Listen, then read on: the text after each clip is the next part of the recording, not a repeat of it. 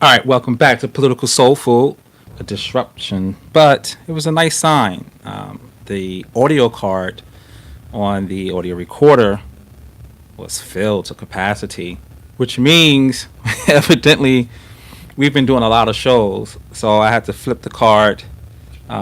This bad boy here, 32 gigs of audio is filled up. So Political Soul Food is pretty much the main content on this. So that's good. So it's good to see some of you here, back here. We got Dr. Aldomai up in here. We have Maxine in the house. We'll see if Facebook get back in here. A couple of folk were up there when we got started the first time. So Thursday night, you know what we're going to do is Black Shoutouts. And I'm going to talk about some African Americans, people of color, the diaspora, you name it. People who are striving in this jungle of white supremacy in so many ways, making moves, trying to manifest their purpose, also trying to elevate the conditions of our community as a group. So I definitely want to shout people out here. We got Dr. Marshall in the house. So let's get on this. So I got a few people here I want to talk about, as I started right before we had the technical difficulty. I want to talk about a brother who won an appeal for a conviction that was unjust. And two, I want to talk about HBCUs, how they're holding it down for us. And 3 and 4, I have two sisters I want to holler at who are making moves in their disciplines, in their fields. So let's start with the first one here. San Francisco to pay $13.1 million to man framed by police for murder. This is the title of a piece in NPR, and it's written by James Dubeck on March 20th, 2019. Now, what's big about this? Now, it's not just the $13 million, right? I'm not shouting somebody out because they just won $13 million. We're going to have to go a little deeper than that. It's not just the money. This is not celebrating some lottery winner. Jamal Truelove was arrested for murder, but he was innocent. He spent 6 years in jail. Now, he could have just given up. He could have just accepted his lot. But the brother stood tall. He was determined to maintain his innocence. And eventually, he got his chance. He got his shot in 2015. He was arrested in 2007. Can you imagine being arrested for something you didn't do? Murder? I mean, it's bad enough people don't like or don't accept being called out for something that is false about them. You know, it's just something regular, like, oh, you know, you like chocolate ice cream. No, I don't. I like vanilla ice cream. You know, very simple things could take us off.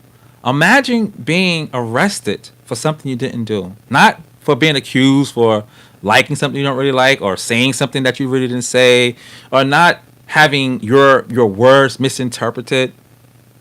No, we're talking about being sent away to prison, being targeted by our community as someone who is a criminal, who's the worst of the worst, someone to be feared, someone to be thrown away, ostracized for the rest of your life. That happened to this man. to this black man. So I wanted to shout him out because he stood tall. Now the process, I can only imagine, to appeal is tedious and it's long, and trying to get people to understand you and hear you out after you've already gone through a trial. I mean, can you imagine how humiliating that is? How impossible the feat is? This man, he stayed up and got his conviction overturned. And it's been found out that the officers were actually tampering with evidence and with witnesses, manipulating witnesses. And they cloaked evidence that could have got this guy's freedom. So it's a sad thing. But I wanted to shout him out for staying tall. And also, I want to shout him out because he's not just taking his money and running. He wants to push this cause even further and make sure that other people are getting their justice. And I have to celebrate that. I don't know about you, but that has to be celebrated. That has to be acknowledged. Because for me, it's a reminder of what my brothers and sisters are going through. Also, it's a reminder of the kinds of things that we can overcome. And it's a reminder that many out here need our help. So, shout out to Jamal Trulove for that. He's out here on Twitter. He's actually in a movie coming up here. He appears in a movie called The Last Black Man in San Francisco, which is going to be released in June. So maybe you can check that out. Evidently, he's a performer, and he was pursuing acting and hip hop when he was arrested, and so his whole career got hijacked. So I mean, we got to give this guy an applause for staying in the game. He says he suffers from PTSD, and I can only imagine. Oh my goodness. For something you didn't do. I mean, I'm surprised he didn't lose his mind. It must be horrible. I know it's a horrible feeling. Anyway, shout out to Jamal Trulove. All right. The next shout out goes to the HBCUs out here.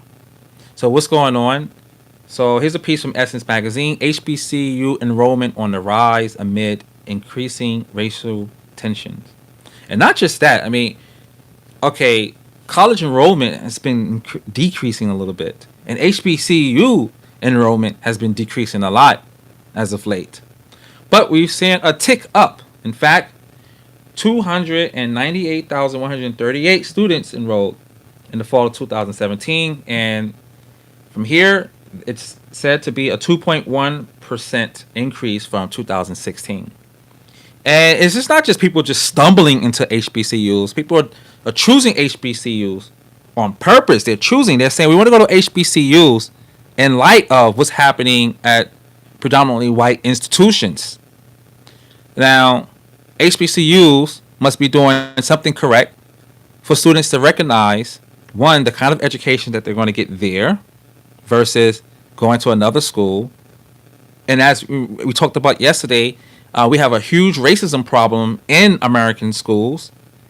And so we need institutions that are going to talk about race as it is in this country and not beat around the bush.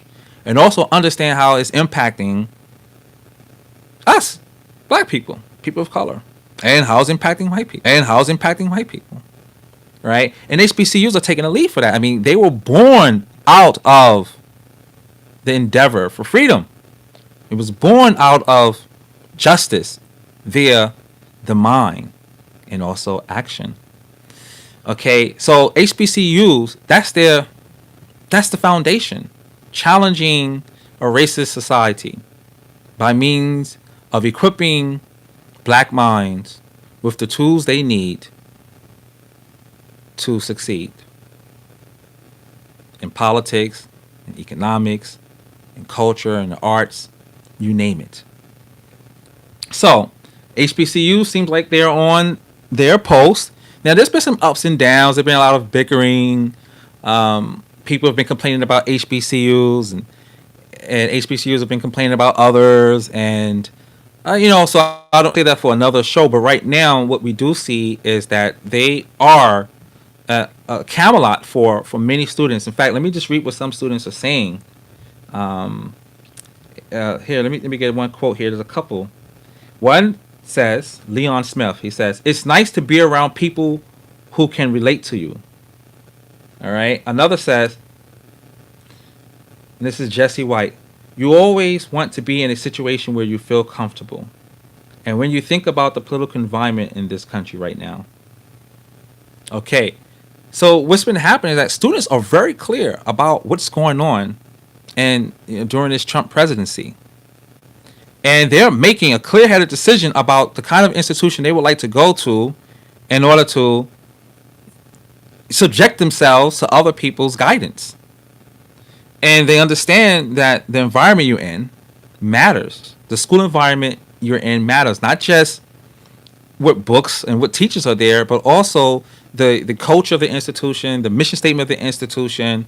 All these things matter because you can have a liberal school. I've been to a very liberal school and have endured racism, right? And tons of microaggressions. So this is really dope. I want to applaud HBCUs. Another reason why I need to applaud HBCUs because I remember I got into a discussion with someone who said to me, it was a very nihilistic kind of position this person was taking about the state of Black America and obviously the lament. Obama didn't do nothing for us. Or Obama didn't make things better, and didn't do anything for Black people. And so I had mentioned that Obama had boost funding for HBCUs, and it's like, well, it doesn't even matter because HBCUs don't enroll only Black students, and also there are some white people in charge of HBCUs, and so there was like this fault finding. And I understand you want to be critical of who are the administrators of a scenario, and also what the product, what are the outcomes of these schools. Right, I get that, but this preemptive, negative, pessimistic attack without even looking at what the facts are is very concerning for me. So here are some details that hopefully the person I was talking to will come across, and I'll be interested in how this person responds to such information. Unfortunately, people might say, well, it's just a 2.1 increase, and that's nothing. But hey, 2-point increase in an economy, 2.1 increase over time can lead to a lot. So don't sleep on making progress via consistent improvement. Don't sleep on that. Please don't. So anyway, shout out to the HBCUs. They're evidently creating a safe environment for the Black community. And for, I guess, anybody who goes in there, I mean, just keep it real. You don't have to worry as much, according to statistics, about people shooting up the place. All right, let's just keep it real. And also, you don't have to worry as much about people sweeping racism under the rug. I mean, you're going to get what the real deal is. And you're going to get people who look like you, who understand you, helping you out. And that matters. It just matters. And, these people don't necessarily have to be Black, but being in the HBCU, the culture is around it's directed towards the well-being of people of color. Or in general, people who are suffering the various machinations of white supremacy. And that could be in the form of misogyny, sexism. So LGBTQ community can find safe haven in the HBCU. Women can find safe haven in the HBCU. People of color or Black people can find safe havens in HBCUs. This is the place to be. All right. So check that out. Wayman up in here on Facebook. I went to Benedict College in South Carolina. They were the worst technically, and they were pushing back. Not Benedict, you can drive onto the grounds. Okay, all right. Well, we're gonna have to chat. Let me see what's good here. They rented books and 100. All right, I'm gonna read some of these comments. That's my boy Wayman. We'll talk. All right. So we definitely, there are issues to attend to, but at the end of the day, I want to shout out the HBCUs because they're doing something for members of our community, for our youth. So you got to give them their props. Nobody's perfect, but you got to give them their props for standing tall. I would, I don't want to ruin it because I do have some issues with some of those presidents who were chasing after Trump, right, and making themselves look like, I don't want to say the word, all smiley smiley. What was it, Kellyanne and Trump in the White House? You remember that? And he was like dangling some promise that never happened. Meanwhile, Obama pumped way more money than this dude did, and also tried to be very supportive throughout. Anyway, I'll say that for another day. So let's go to the next shout out. That's our third shout out. Is I got two more. So actually, someone sent this to me. I think Dr. Marshall sent this one. Put me on to a Haley Taylor Schlitz. And I think, is that the one you mentioned, Dr. Marshall? So we had a 16-year-old girl from Texas who was homeschooled, and she's going on to be a lawyer, it looks like. She's preparing to attend Southern Methodist University's Dedman School of Law. Okay. Now, here's what's crazy. She got accepted into 9 schools. She's a beast. All right. She was homeschooled. Her parents saw what was going on in the schools, and the parents was like, listen, I don't know what they teaching my child. So we're going to have to like hold it down for a while. They held it down during her primary school days. They sent her off to high school apparently. And by the time she got into college, she was doing her thing. And so, like I mentioned, some people may choose homeschool, depends on where you are, but there is an importance for parents and others to step into a child's educational process and see the kind of environments they're in, and of course the curriculum as well. And you might have to compensate or just redirect and take over the whole educational process yourself. So that's for you to decide as a parent or as a tutor or as a teacher. But I want to give a shout out to this family here. This is big because we got a sister coming up here about to go to a law school, and she's brilliant. She graduated from high school at the age of 13. That's dope. All right, and obviously it is not just her because she's young. We're seeing the village effect when the parents are there, encouraging at a very young age our children to see the value in education or to tap into their potential. And it doesn't necessarily have to be school. We're not trying to say you got to be a dork and big glasses, glasses so thick you can use them to as a magnifying glass or to see stars in other galaxies. No. Right? I'm highlighting her, but she's one of many, right? And it's not just the age that's impressive, right? And in fact, that would be the last thing that's impressive for me. What's important is her direction and the kind of support that this young lady is receiving from her family and her community that has enabled her to reach her potential, to tap into her potential. Some of us don't, and I mean, a lot of people don't know what they want to do very early on, so it would take a little longer. So it's not that. So don't get me wrong. I'm not saying, oh, she wants to be a lawyer. She knows that she's going to law school at a very young age. Look at this. No, it's not that. It's the fact that she's aware of her possibilities in life. And that means her parents did something. Because you never know what a child's going to pick. I mean, my mom couldn't choose. She wouldn't be able to decide what I was going to do. Because when I was a young kid, I wanted to be a ninja. At one point, I wanted to be a chemist. And I can go on and on and on. Like, how do you get from ninja to chemist, right?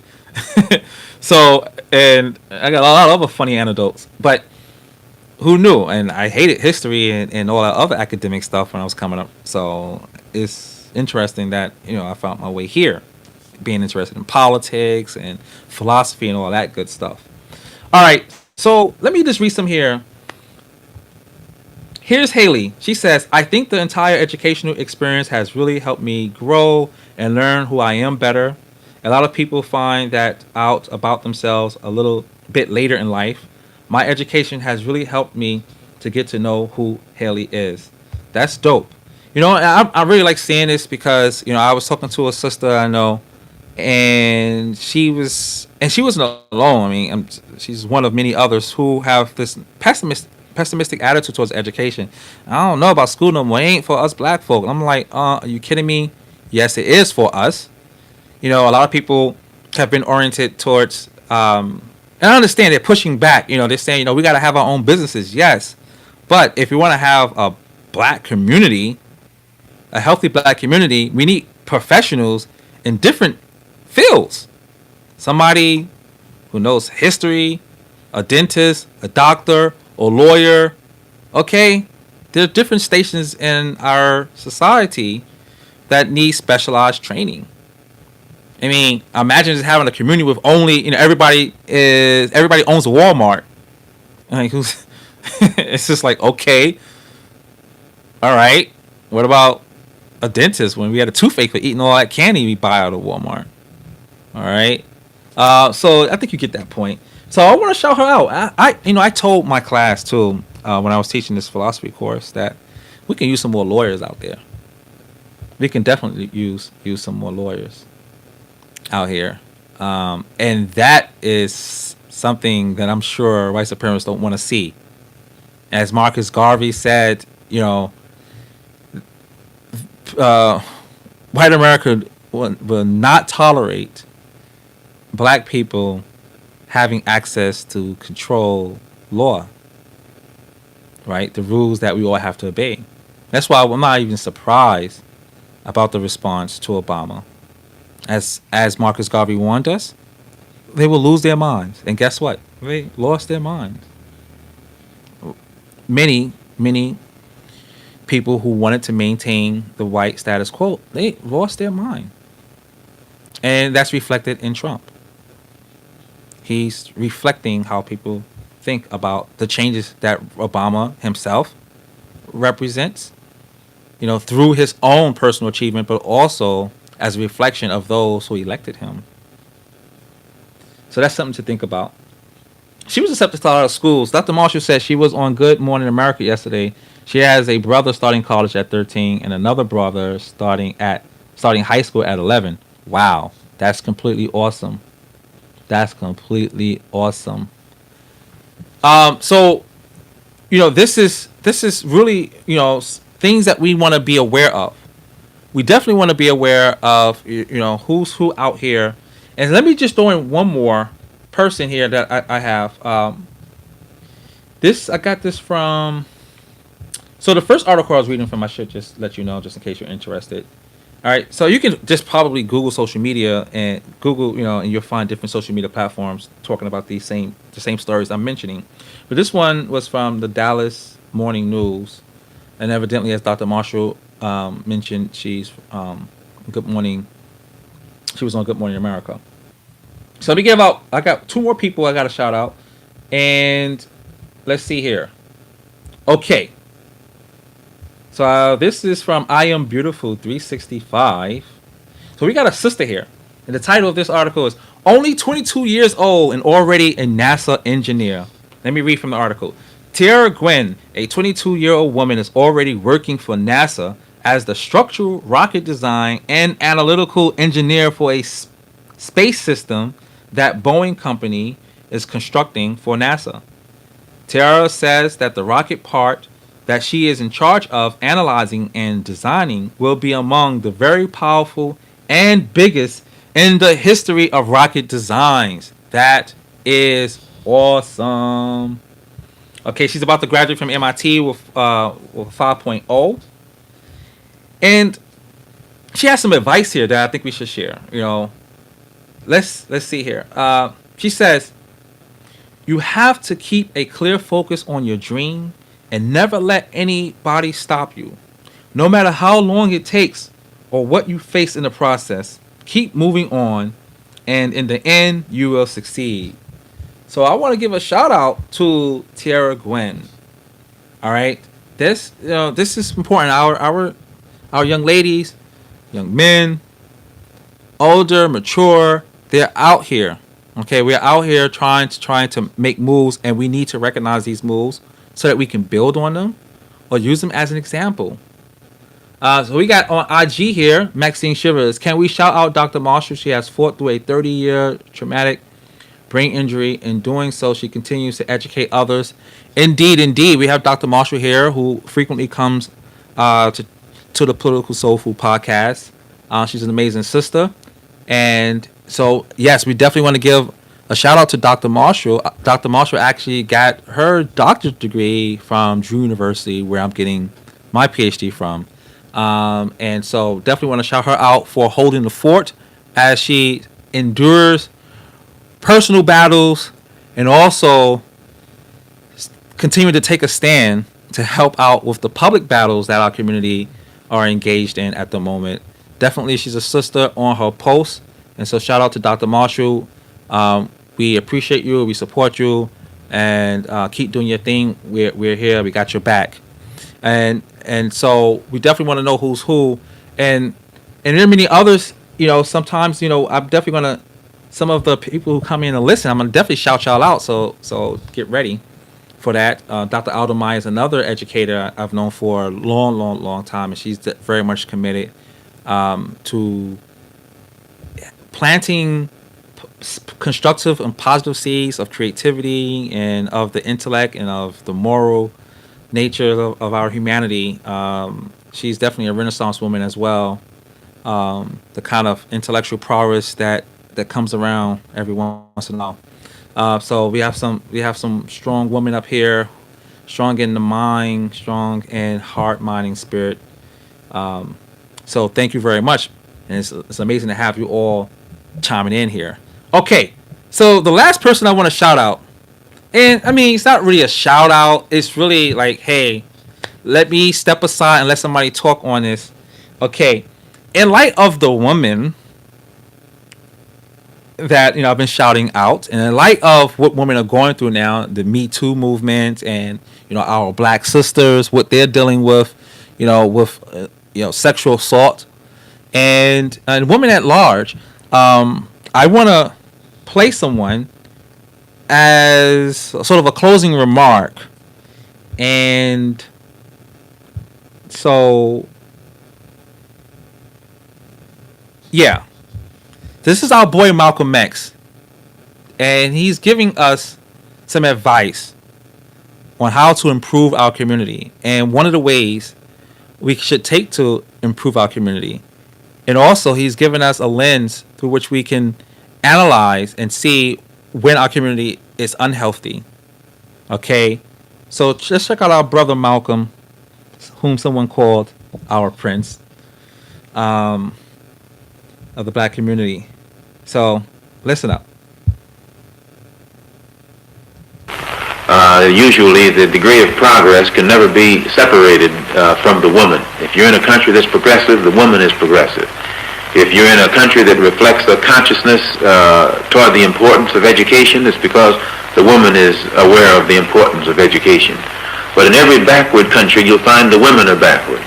And in every country where education is not stressed, it's because the women don't have education.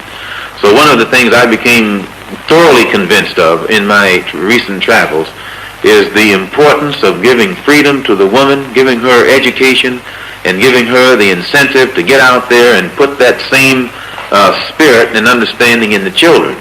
And I frankly am proud of the contribution that our women have made in the struggle for freedom. And I'm one person who's for giving them all of the leeway possible, because they've made a greater contribution than many of us men. In every country that you go to, usually. Okay. So for all you brothers out here, they might not even be on right now, who's fronting, talking about, well, women need to be over here doing their thing on this side of the man in their position. And believe it or not, guys tell me, I don't know why we even have such a thing as women's studies. Other people told me, well, I don't know why women trying to have a business or get all these degrees. They really should just learn how to really cook well. Yes, I'm talking about brothers today, right now. It's real crazy. So hopefully they will listen to your boy Malcolm X, because they tend to stand behind Malcolm X's example for almost all other things. But it'll be interesting for them to hear this clip, and I wonder how they are going to reframe what our boy Malcolm is asking us to do, to respect women and give them the leeway, let them do their thing, to understand that we're not going to be whole until women are in the position and to do their thing, right? And so, in light of the women that I mentioned here on the social media platforms and also on our platform here, I think we need to give a shout out to all of them right now and make sure we got their back. Speaking of which, I might have to talk about my homegirl Kamala Harris. I don't know who y'all picking for President 2020. Obviously, I just played my card, but I think I did a podcast on stop fronting on the woman, and somebody had clapped back and was like, "Well, if they're in the game, then they should expect to be harassed or whatever." I was like, "Wow, they should expect all this." And but yeah, even so, but why should they expect sexist comments and everything like that? But I always say that for another time. Anyway, again, I just wanted to give these shout outs. I appreciate y'all being here. Be on the lookout for people who are doing their thing in your community. And if you know of someone out here, send me a message, and I'll definitely put it on the list and try to get to it at some point. And so yeah, thanks a lot. I'm really happy to see y'all here right now. We got Jeffrey in the house. Jeffrey's real sharp brother here. He's doing his thing. And IG, y'all late over here. Thanks again. So we're gonna sign off, and I'll see y'all on Monday. We'll continue back again. Monday to Thursday, we do the live political soul food. All right. So y'all take care. Have a great night. IG, peace.